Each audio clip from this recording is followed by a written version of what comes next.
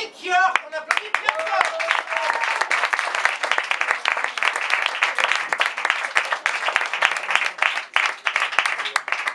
Alors, c'était bien le cinéma? Oui, c'était pas mal. Elle a accepté votre invitation? Non, mais j'ai trouvé un remplaçant. Ah oui, qui ça? Mon airbag. D'où possédez-vous un airbag? C'est un cadeau de mariage. Ah, un airbag de mariage en quelque sorte. Oui, ma femme voulait que j'ai des protections pour mes moments intimes. On ne veut pas avoir d'enfants. Il y a d'autres moyens de se protéger. Mais la ceinture de sécurité n'est pas sûre à 100%. Puis la salle avait un écran total, alors je me suis dit que ça suffirait. Excusez-moi, si vous dites une marque, il faut en citer 3. Ah, la salle avait un écran total, un écran Shell, un écran L. Voilà. Alors, ce qui n'explique pas pourquoi diantre vous êtes allé au cinéma avec un airbag. Pour ne pas me blesser lors de la projection. J'ai les os fragiles. Ah bon, comment ça se fait? Dans mon pays, on est tous comme ça. Vous venez d'où? De Cologne, en Allemagne. Ah oui, c'est vrai que c'est réputé pour être délicat, les eaux de Cologne. Ouais. Les dégâts des eaux, ça ne pardonne pas. Alors pour ne pas trop mouiller, je prends un airbag. Pour ne pas se mouiller, un parapluie, c'est quand même plus efficace. Oui, mais je n'ai pas peur de la pluie. C'est juste pour ne pas tomber. Allons, à votre âge, on séchoir. Je n'ai pas besoin de séchoir, je ne me mouille pas. Et de toute façon, si vous vous cassez les os, les prothèses, ça existe, les sacerdoces. Oui, mais c'est moins ça.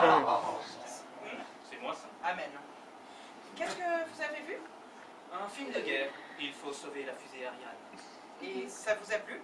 C'est là que j'ai regretté le parapluie. Vous deviez avoir l'air malin. J'avais surtout l'airbag. Mais bon, c'est bien. Je dirais même que c'est le meilleur film que j'ai vu de la journée. Vous avez vu beaucoup de films dans la journée? Non, un seul. Alors pourquoi dites-vous que c'est le meilleur film que vous avez vu dans la journée? Parce que la nuit, je dors. Vous dormez? Oui, je dors. Non, je fais de l'insomnie. Vous êtes allé chez un médecin? Oui, le soir même. Et qu'est-ce qu'il vous a prescrit? Rien du tout, il fermait à 18h. Vous avez fait alors? Bah, j'y suis retourné le lendemain. Et alors? Et alors, il m'a prescrit une potion et une muselière. Une muselière? Oui, une muselière. Qu'est-ce que vous pouvez faire avec une potion et une muselière? La potion, c'est pour mes insomnies, et la muselière, c'est pour quand je la bois. La boisine? Non, pas quand je la bois du verbe aboyer, quand je la bois du verbe aboire. Oui, oui, j'ai même participé à des émissions culturelles. Des émissions culturelles. Dites-moi tout. Tout. Merci. À quelle émission avez-vous participé? Des chiffres et des lettres. Et vous avez gagné? Non, pour cause de déficience visuelle. Comment ça? Un problème de déchiffrage. C'est-à-dire? Je n'ai pas réussi à déchiffrer des lettres.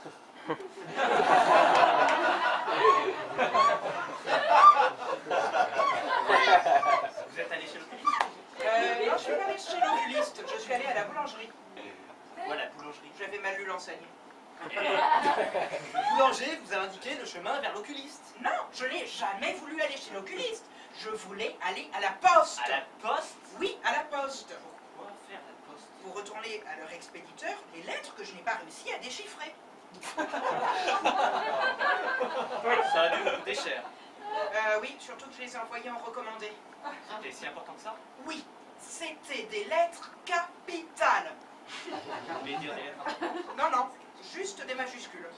Mais alors, pourquoi les envoyer en recommandé? Bah, j'allais pas les envoyer en les déconseillant. Et quelle était l'adresse? Ah bah ça, ils étaient très maladroits. Dans ce cas-là, vous auriez pu leur demander de réduire le ton. C'était déjà écrit suffisamment petit, j'allais pas les demander de réduire encore plus.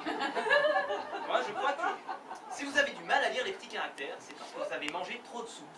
Je ne vois pas le rapport. C'est pourtant simple. La soupe fait grandir et plus vous grandissez, plus les caractères vous semblent petits. Si je suis votre raisonnement, lorsque l'on porte des lunettes, on rapetisse. Pas nécessairement, il suffit de ne pas les porter à hauteur d'yeux. Ah bah. Quelle hauteur faut-il alors? Je dirais Gabriel Tard. Gabriel Tarde. Ce n'est pas une auteure. Non, c'est un auteur. Ah, et qu'est-ce qu'il écrit? Deux ouvrages sur la psychologie économique. Ah, une Freud fiscale. On est légal, en effet.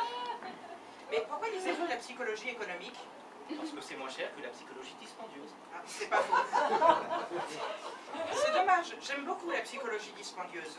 Oui, mais comme je dis, il y a un os, c'est que c'est cher. Manque de peau. À qui le dites-vous? Bah, à vous. Non, je n'avouerai pas.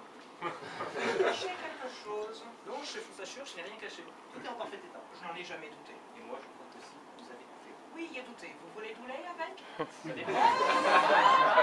C'est du lait en non, c'est pas du lait entier, je n'en ai qu'une moitié. Et où est l'autre moitié? Au temple. Non. Et pourquoi donc? Ils n'ont pas fini de la pasteuriser. Toujours pas? Ok, c'est pas ça. C'est-à-dire que la cérémonie se déroulait correctement. Mais ils ont apporté une icône. Quelqu'un a cliqué dessus, ça a ouvert une fenêtre. Une tornade est passée par là, et le lait a tourné.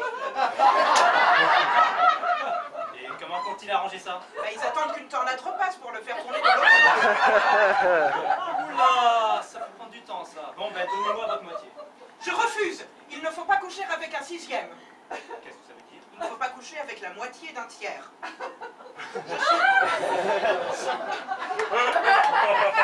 Je suis contre la polygamie.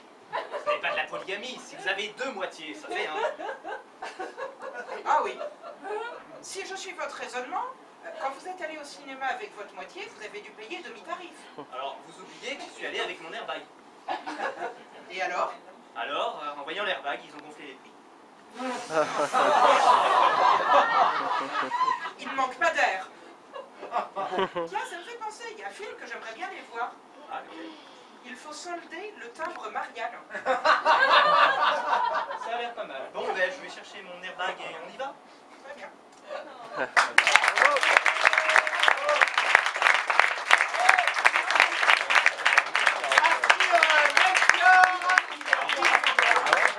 Melchior et Ludovic Paquet.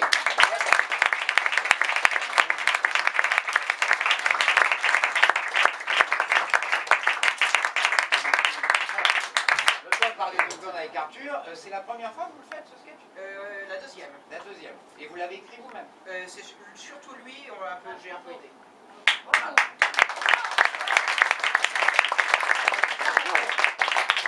Vous êtes dans un style d'humour très proche des frères ennemis, qu'on ne voit plus trop.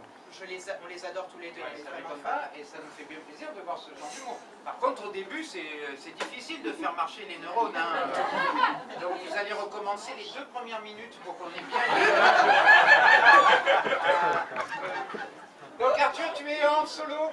Alors je suis en solo, sauf quand il décide de me rejoindre pour ces 5 minutes, au Théâtre Populaire du Rénita, un samedi sur 2 jusqu'à fin juin. Donc la prochaine, c'est le 5 mai. C'est dans le 20e, 36 rue Henri Chevreau, et de toute façon, tout est marqué sur les flyers. Et tu distribues des flyers à la sortie? Oui, Et ben voilà. distribue les flyers. Oh.